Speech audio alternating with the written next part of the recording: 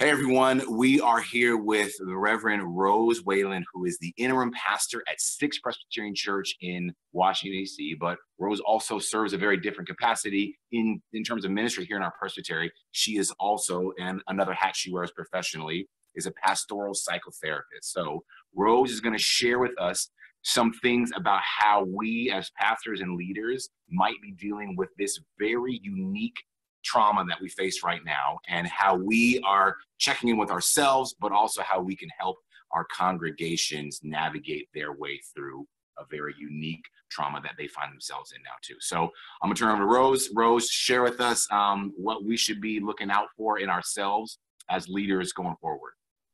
Thanks, John. I think the first thing as leaders is tending very much to ourselves.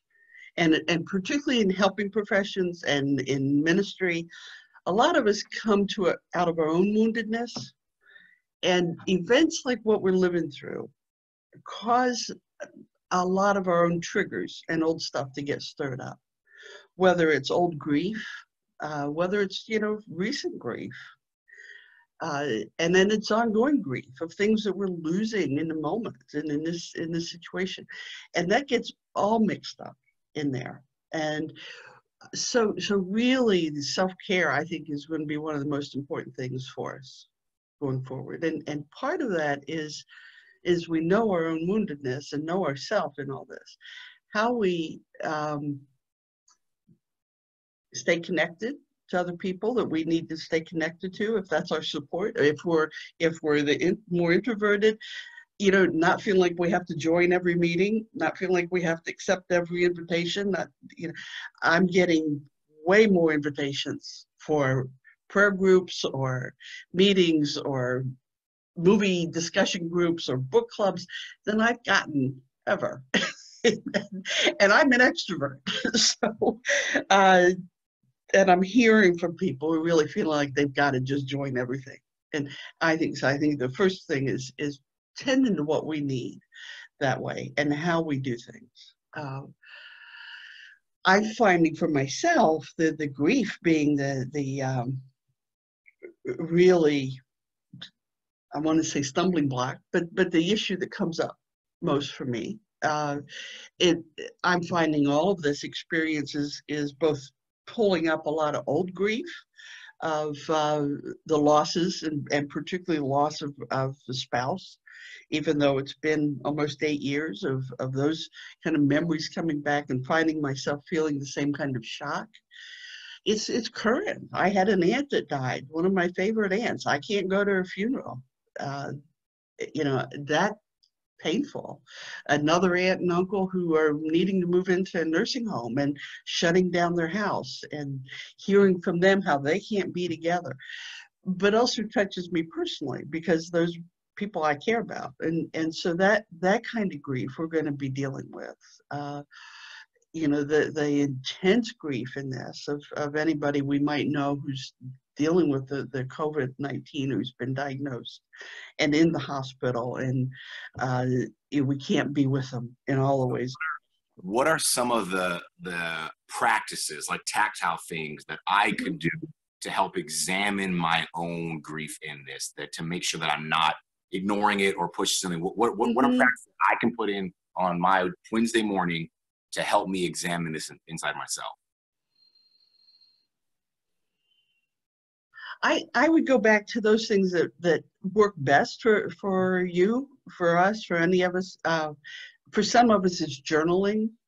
For some of it's reminding ourselves to pay attention to our dreams. For some of us, it's just taking a moment or some time each day to sit and pay attention to what's going on in our bodies, or wherever we most feel the emotional stuff. Tending to what happened in relationships. If we find ourselves getting snappier with people, if family members were close by or friends. It's whatever those things are that help you to sit and focus on that for a few minutes each day. Part of that, I think, is also making sure we take the time off. You know, one of the things that I'm hearing and I'm seeing in myself is it's easy when you're working at home for time to kind of bleed together, and days off not being as clear, and taking those days off is important. I like what you're doing, insisting that we all take next Monday off after Easter, like we usually do if we're in the church. So sort of what works, you know, what works best. And again, it sort of depends on personality and habits that we've had. Whether, you know, for some people, it might be more of centering prayer or yoga, or, but whatever gets us into that space where we listen to ourselves best. Great. So, and then in terms of our leaders now stepping into a new normal that's also changing all the time, what are some things that they should be keeping in the forefront or just being mindful of in terms of how they're leading their congregation or their ministries in this also unique time? What are those leadership things that we should be looking out for while we're helping people navigate through this trauma?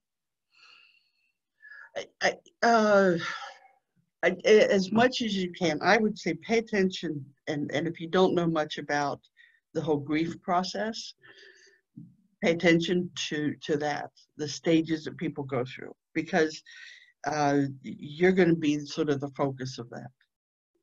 You're going to get anger, you're going to get blame, you're going to get disappointment, you're going to get all of those emotions. I mean, we are in that role anyway as pastors.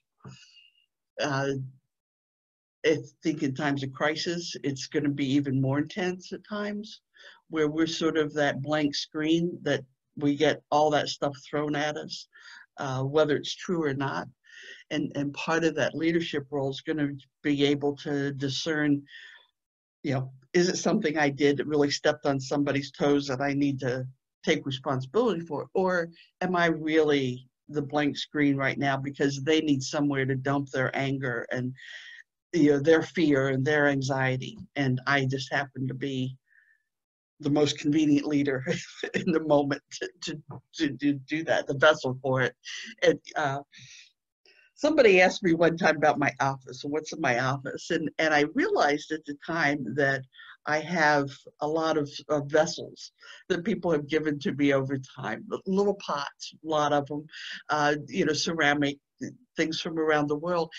And I think about it as my role, both as a therapist, but I also think about it as I'm in the church doing interim work, is that we are vessels to contain all of that stuff that other people need to sometimes pour out and let go of. And particularly in these times of crisis and grief and intense emotion and the anxiety of not knowing what's coming or what's happening. Yeah, that we're living through. Yes. Yeah. Yeah. Well, Rose, that was very, very helpful. Thank you. And thank you for the gifts that you offer to this presbytery. I hope you all watching this can take some of these things, put them into your daily spiritual devotional time, and then help your congregation as all of us do our best to find our way through this very unique position we find ourselves in.